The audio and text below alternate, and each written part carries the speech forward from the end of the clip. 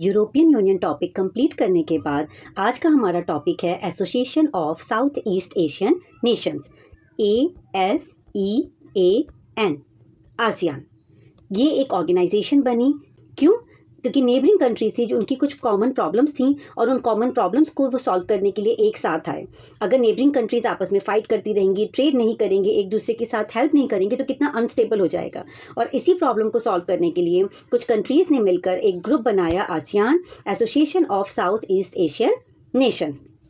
Thailand और आपका Singapore, Malaysia, ये सभी कंट्रीज़ अपने कॉमन इश्यूज जैसे ट्रेड, पीस, फिलीपींस, इंडोनेशिया और डेवलपमेंट के लिए एक साथ आए। जैसे स्कूल में फ्रेंड्स का ग्रुप होता है ना, वैसे ही वर्ल्ड में कंट्रीज़ भी अपने अपने ग्रुप बना लेती हैं, क्योंकि उनको लगता है कि कुछ इश्यूज ऐसे हैं और जो कॉमन हैं और उसको हम एक साथ मिलकर ही सॉल्व कर सकते हैं। And during the cold war Asia में टेंशन बढ़ रही थी। कंट्रीज़ को डर था कि फाइट और कम्युनिज्म का इम्पैक्ट उनके रीजन को अनस्टेबल बना देगा। और तब जाके 1967 में कंट्रीज़ ने मिलकर क्या बनाया?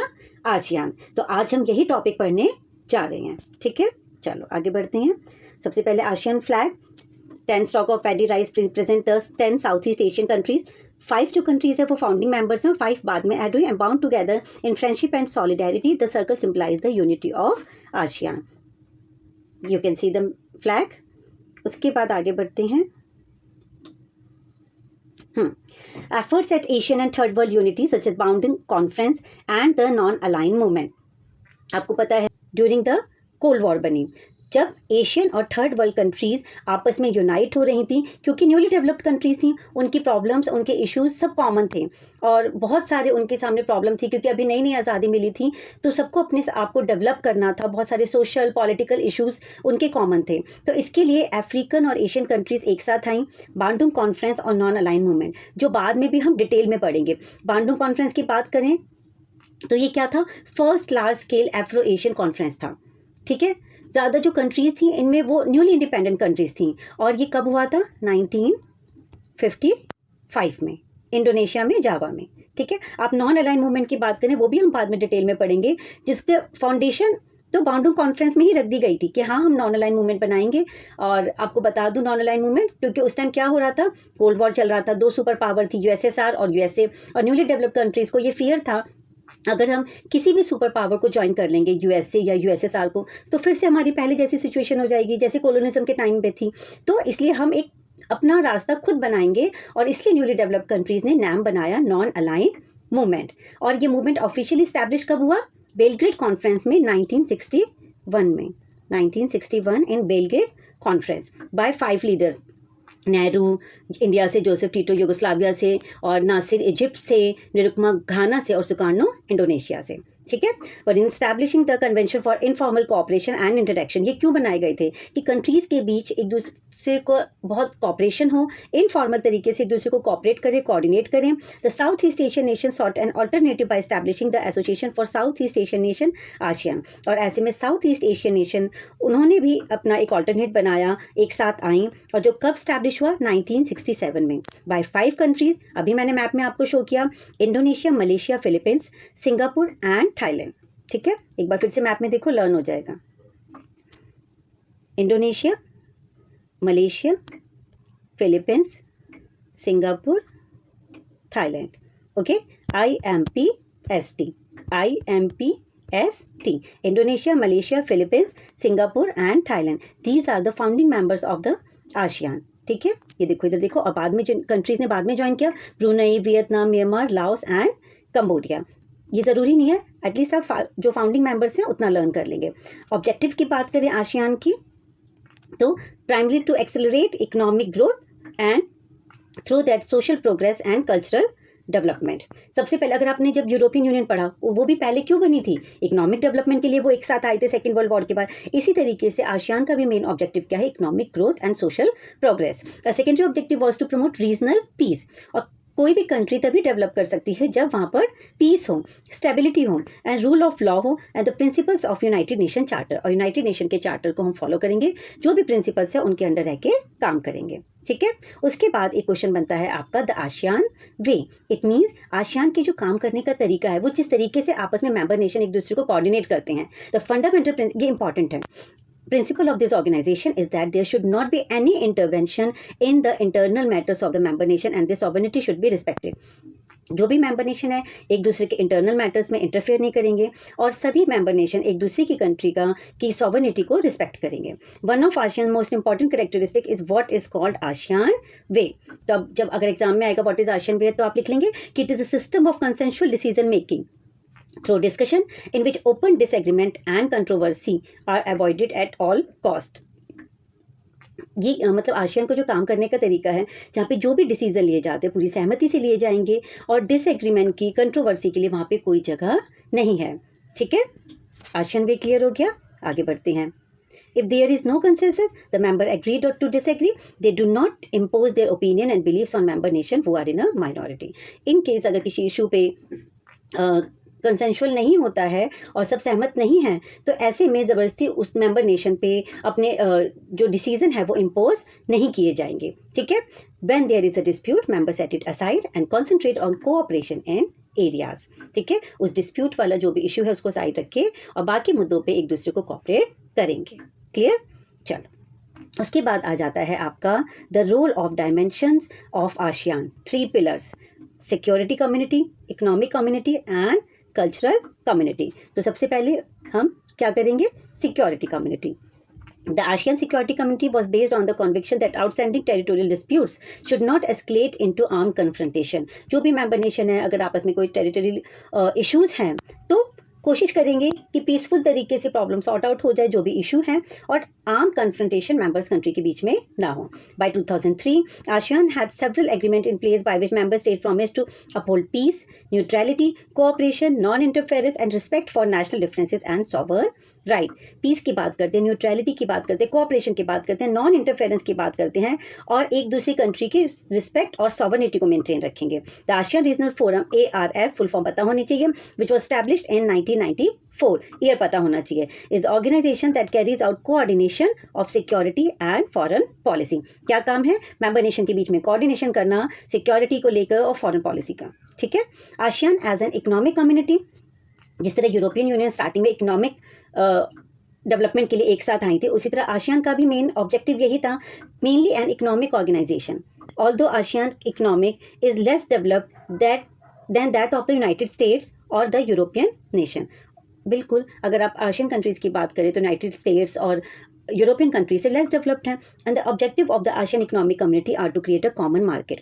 यूरोपियन यूनियन में भी करा था सिंगल मार्केट की बात करते हैं और यहाँ पे भी वो कॉमन मार्केट की बात करते हैं. Production based with in ASEAN states and to aid social and economic development in the region. जब कॉमन मार्केट करेंगे, ट्रेड को लेकर जो भी बैरियर्स हैं वो खत्म करेंगे, जितने भी मेंबर नेशन है, प्रोडक्शन को बढ़ावा मिलेगा और मेंबर नेशन एक दूसरे को सोशल और इकोनॉमिक डेवलपमेंट में कोऑर्डिनेट करेंगे. The economic community would also like to improve the existing ASEAN dispute settlement mechanism to resolve economic dispute. अगर मेंबर कंट्रीज़ के बीच में कुछ भी डिस्प्यूट हैं तो उसके लिए आसियान डिस्प्यूट सेटलमेंट मैकेनिज्म है जो मेंबर नेशन के बीच में जो इश्यूज हैं उनको रिजॉल्व करता है. And ASEAN has focused on creating a free trade area FTA for investment, labour and services.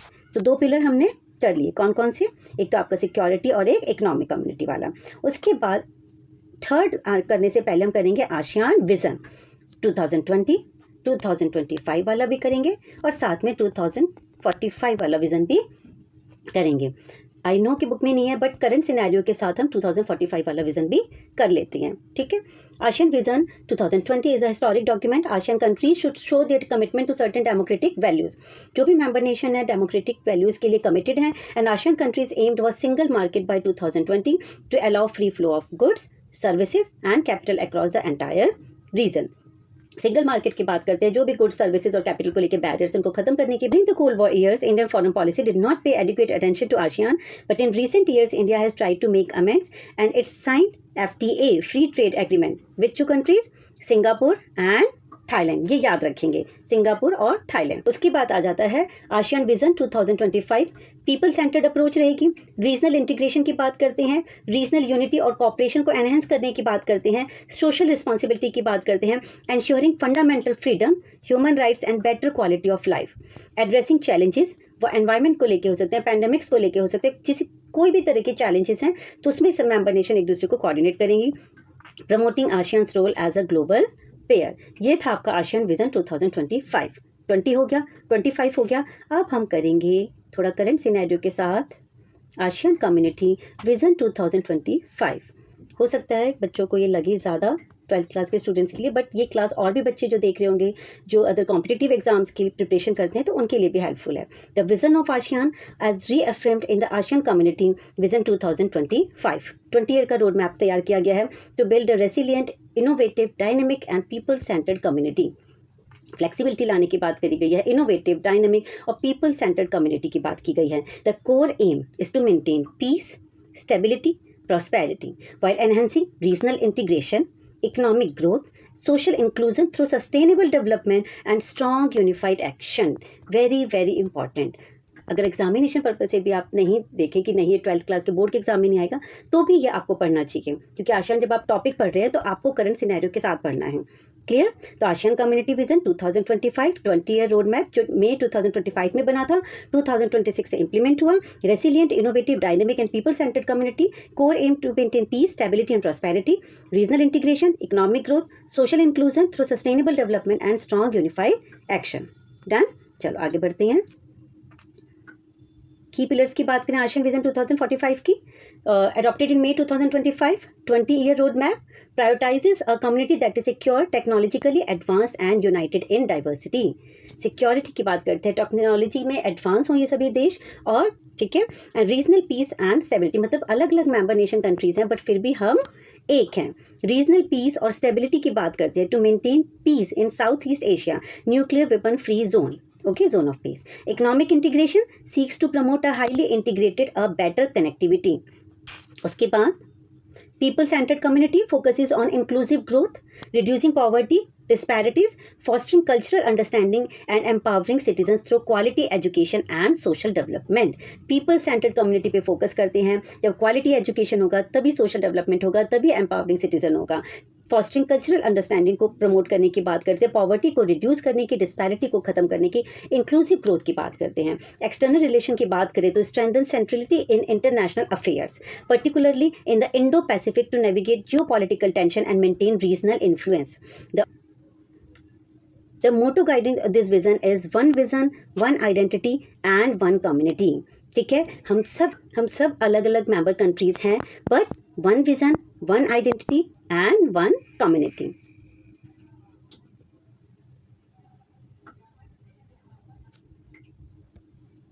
उसके बाद ASEAN as a social cultural community, it is the only, अभी हमने क्या पढ़ा था, पहले हमने इकोनॉमिक पढ़ा था, उसके बाद security and then socio cultural community. It is the only regional association in Asia that provides a political forum here where ASEAN countries and the major powers can discuss political and security concern.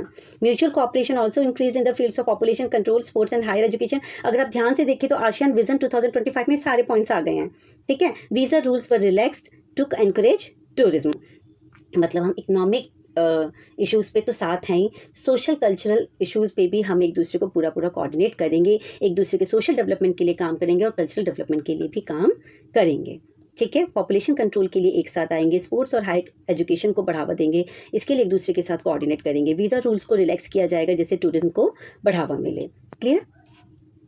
तो यहाँ पे आपका ASEAN complete होता है, जिसमें social cultural community, ASEAN vision 2045 करा, 2025-20 भी करा दिया मैंने।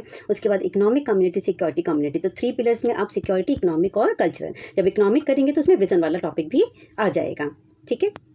उसके बाद उसके पहले हमने क्या करा था, the ASEAN way, very very important, जहाँ पे किसकी बात होती है, कंसेंशुअल डिसीजन मेकिंग की बात होती है, डिसएग्रीमेंट और कंट्रोवर्सीज के लिए कोई जगह नहीं है। आसियान के मेंबर कंट्रीज़ की बात करें तो इंडोनेशिया, मलेशिया, फिलीपींस, IMP, और उसके बाद सिंगापुर, थाईलैंड, ST, ठीक है। 1967 डन, और establish 19 by 5 countries in Bangkok declaration, done. और उसके बाद आप एक बार फिर से मैप देख लो तो आपको पूरा लर्न हो जाएगा क्लास में ही, ठीक है। Indonesia, Malaysia, Philippines, Singapore, Thailand, Indonesia, Malaysia, Philippines, Singapore, Thailand. उसके बाद अदर मेंबर नेशन भी हैं, Brunei, Vietnam, Laos, Cambodia and Myanmar, ठीक है। और इसी के साथ हमारी क्लास यहीं खत्म होती है, और कल फिर एक नेक्स्ट टॉपिक करेंगे, चाइना, क्योंकि चैप्टर हमारा क्या चल रहा है, कंटेम्प्रेरी सेंटर्स ऑफ पावर, जिसमें एक क्लास में हमने यूरोपियन यूनियन करा था और आज की क्लास में हमने करा है आसियान। पढ़ते रहिए, थैंक यू, बाय।